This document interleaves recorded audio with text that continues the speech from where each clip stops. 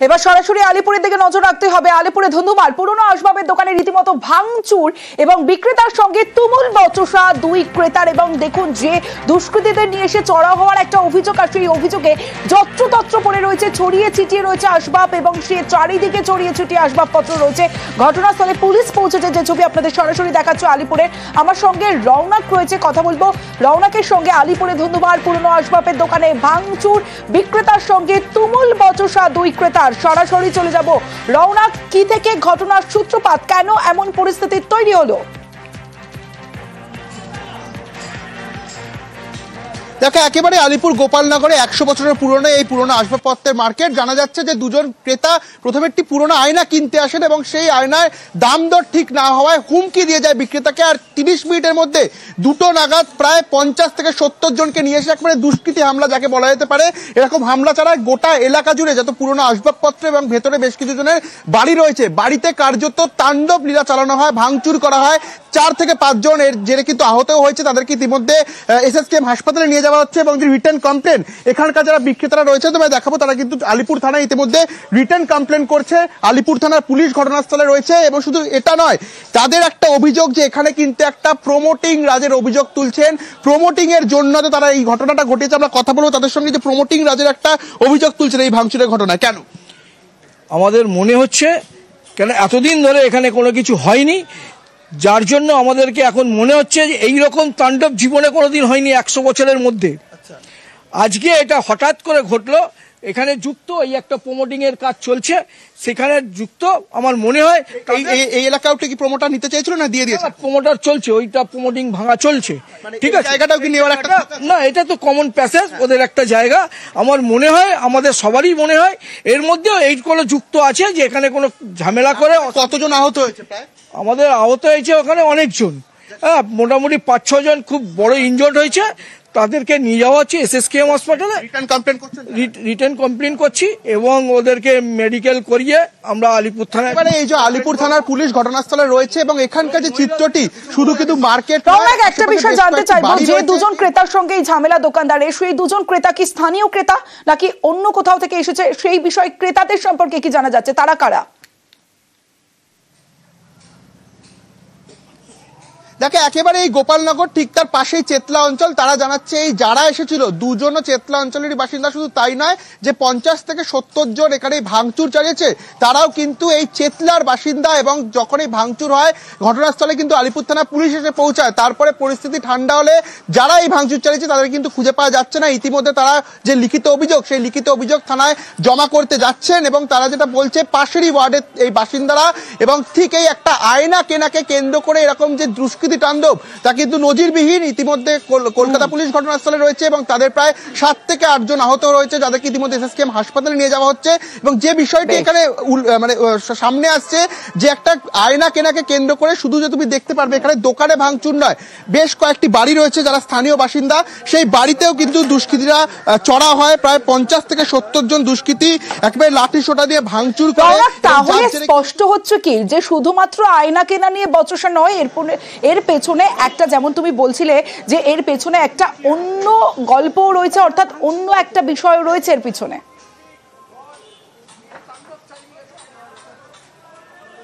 তাকে একেবারেই যারা এখানকার যারা বিক্রেতা বা স্থানীয় বাসিন্দা, তারা কিন্তু এই অভিযোগটাই করছে যে যদি শুধু একটা আয়না কেনা নিয়ে হতো তাহলে কিন্তু এরকম একটা দুষ্কৃতী তাণ্ডব চালাতো না।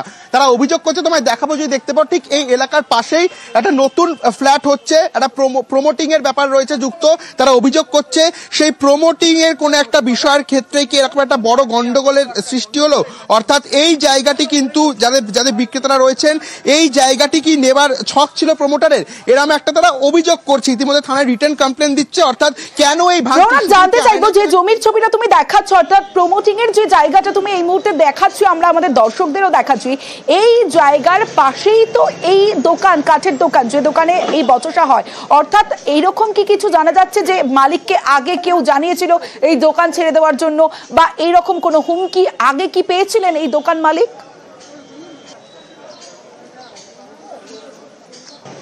একেবারে যারা এখানে বিক্রেতারা রয়েছেন, আমরা তাদের সঙ্গে একবার কথা বলবো। এই যে পাশে যে প্রমোটিং হচ্ছে, আপনাদের থেকে একটা অভিযোগ করছে যে প্রমোটিং রাজের জন্য এই ঘটনা ঘটে থাকতে পারে। আগে থেকে কি এই জায়গাটা নেবার বা এরকম কোনো কথা বলেছিল? এই যে আলিপুর পুরনো বাজার, এটা আমাদের বাপ ঠাকুরদার আমালের এই যে পুরনো বাজার 30B জজস্কর রোড। আমরা গরিব মানুষেরা আমরা এখানে থাকি, আমাদের ইস্যু ভিত্তি কিছু করে আমাদের উঠিয়ে দেওয়ার চেষ্টা হচ্ছে। কবে থেকে হচ্ছে এটা? এই যে ধরো 3 বছর ধরে এইরকম চলছে। এবারে বিল্ডিং গুলো ভাঙছে। আমরা গরিব মানুষ, আমাদের 150 বছরের মার্কেট, আমাদের রুজির জায়গা, আমাদের রুজির জায়গা আপনারা কি দিয়ে দিয়েছেন? না, আমরা দিচ্ছি না। আমরা যদি দিই আমরা কি খাবো, কি করে খাবো? আমরা দিন আনা দিন খাওয়া লোক। এটা কি, এই ঘটনাটা কি এটার সঙ্গে যুক্ত মনে হচ্ছে, এই জায়গাটা নেবার জন্য? হ্যাঁ, আমরা বলবো যুক্ত। এই আজকের সব ভেঙে, অর্থাৎ আয়না কেনাটা শুধুমাত্র একটা বাহানা বলা চলে, একটা সেই আয়না কেনা নিয়ে বচসা হলেও এর পিছনে প্রমোটারি কোনো ঘটনা, প্রমোটারি রাজ, অর্থাৎ এই জমিটা নেওয়ার বিষয়েও একটা কারণ থাকতে বলেও মনে করছেন অন্যান্য যারা ব্যবসায়ীরা রয়েছেন এই দোকানের পাশে। আর সেই ব্যবসায়ীরা ঠিক এমনটাই অভিযোগ করছেন।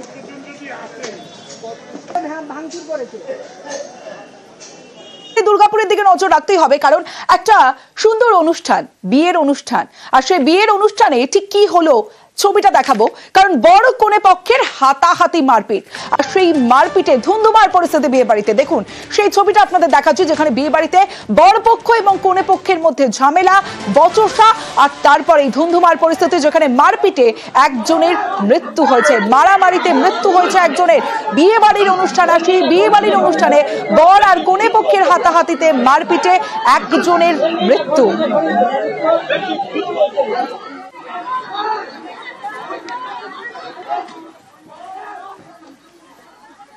বিয়ে বাড়িতে গেল, ওদের কন্যার বাবা আর মেয়ের বাবা, ছেলের বাবা, ওদের দুজনাতে ঝগড়া লেগেছিল। আবার ছেলে সবাইকে ছাড়াচ্ছে, সবাইকে ছাড়াতে ও কী করলো, এমনি করে বার করে এমনি করে আমার ছেলের এইখানে মেরে দিল। মোবাইল দিয়েছিল, ছুরি ছিল, ওদের সঙ্গে এমনি বড় বড় কাটারি ছিল, বটি ছিল, এমনি নাচ গান করবার জন্য ঝামেলা। কি চাই ওদের ফাঁসি হোক। আমার সঙ্গে প্রতিনিধি অর্পণ রয়েছে, কথা বলবো অর্পণের সঙ্গে। অর্পণ, বিয়ের অনুষ্ঠান, একটা শুভ অনুষ্ঠান, আর সেই অনুষ্ঠানে এমন কি হলো যেখানে এই রকম পরিস্থিতি তৈরি হলো, যেখানে একজনের মৃত্যু পর্যন্ত হলো? দেখো, একেবারে যে বিয়ে বাড়ির ঘটনা বলা হচ্ছে দুর্গাপুরের অমরাবতী ভন্ডকরণী এলাকা, সেখানে কিন্তু বিয়ে বাড়ির একেবারে আয়োজন করা হয়েছিল। মুহূর্তের মধ্যে এসে পরে কোনে পক্ষ বাড়িতে এসে পৌঁছায় বরপক্ষের লোক। সেখানে গান বাজানোকে কেন্দ্র করেই মূলত কোনে পক্ষ এবং বরপক্ষের পারিবারিক যে লোকজন ছিল তাদের মধ্যে শুরু হয় বচসার থেকে হাতাহাতি, মূলত একেবারেই গান বাজানোকে কেন্দ্র করেই। অর্থাৎ কোনে পক্ষ এক গান বাজানোর জন্য বলছেন, বরপক্ষ আরেক গান বাজানোর জন্য বলছেন, এই নিয়ে শুরু হয় বচসার থেকে হাতাহাতি। এই ঘটনায় একজনের মৃত্যু পর্যন্ত হয়, কারণ কোনে পক্ষ এক যুবকের মৃত্যু হয়। আর কোনে পক্ষের যেটা দাবি যে বরপক্ষের লোকজন সেখানে গুলি ছোড়ে, তারা গুলির শব্দ শুনতে পায়। এই ঘটনাকে কেন্দ্র করে ব্যাপক উত্তেজনা ছড়ায়, কারণ মৃত যুবকের বুকের মধ্যে আঘাতের চিহ্ন রয়েছে। যদিও কোনে পক্ষের দাবি যে মদ্যপ অবস্থায় সেখানে কিন্তু রীতিমতো তাণ্ডব শুরু হয়। রাত্রি 1:10 থেকে 15 মিনিট নাগাদ সেখানে শুরু হয় বচসা তাণ্ডব। ঘটনায় যে একজনের মৃত্যু হলো, ওই মারামারিতে এখনো পর্যন্ত কি কাউকে আটক বা গ্রেফতার করেছে পুলিশ? হ্যাঁ, দেখো, গোটা ঘটনায় কিন্তু পুলিশ তদন্ত শুরু করছে। এই ঘটনায় বরপক্ষের 3 জনকে ইতিমধ্যেই গ্রেফতার করা হয়। তাদেরকে গ্রেফতার করার পর দুর্গাপুর মহকুমা আদালতে তোলা হলে বিচারক 6 দিনের পুলিশি হেফাজতের নির্দেশ দেন। এরপর জানতে চাইবো, যাকে গ্রেফতার করা হয়েছে তিনি কে, কোন পক্ষের? দেখো, বরপক্ষের 3 জনকে গ্রেফতার করা হয়েছে এবং মৃতদেহ ময়না তদন্তের জন্য প্রথমে দুর্গাপুর মহকুমা হাসপাতালে নিয়ে যায়, পরবর্তী ক্ষেত্রে আসানসোল জেলা হাসপাতালে পাঠানো হয়। কারণ পুলিশ যেটা জানাচ্ছেন যে আঘাতের চিহ্ন রয়েছে, হয়তো কোনো ধারালের অস্ত্রের কোপ কিংবা হয়তো গুলির আঘাতেই তার মৃত্যু ঘটেছে। গোটাটাই তদন্ত সাপেক্ষ, যতক্ষণ না পর্যন্ত ময়না তদন্তের রিপোর্ট হাতে আসবে। যে মৃত্যুর কারণ এখনো পর্যন্ত কিন্তু সঠিকভাবে পুলিশের কাছে নেই।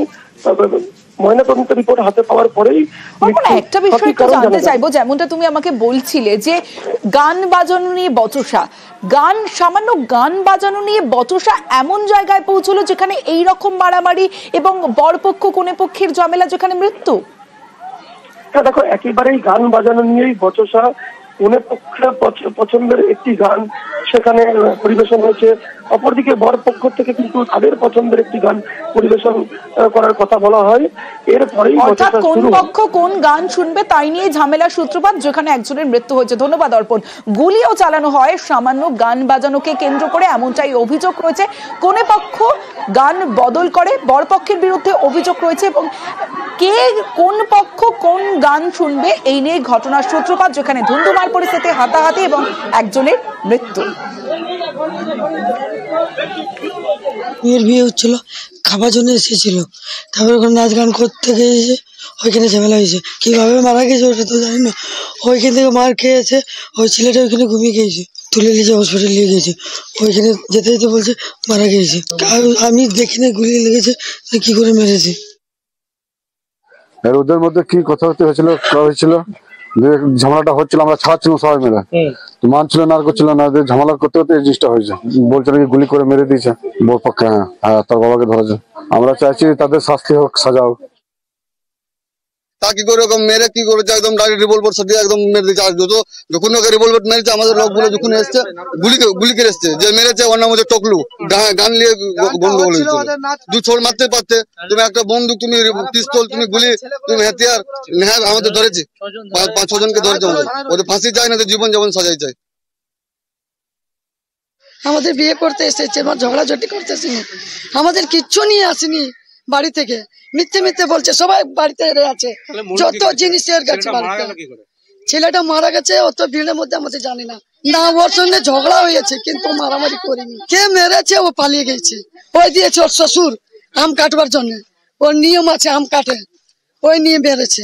গুলি কেউ মারেনি, ওরা মিথ্যে কথা বলছে একদম। ইতিমধ্যে এই গোটা ঘটনায় বরপক্ষের 3 জনকে গ্রেফতার করা হয়েছে। তাদেরকে আজ আদালতে তোলা হয় এবং 6 দিনের পুলিশ হেফাজতে দুর্গাপুর আদালত নির্দেশ দেয়। আপনাদের বিরুদ্ধে গুলি চালানোর অভিযোগ কি?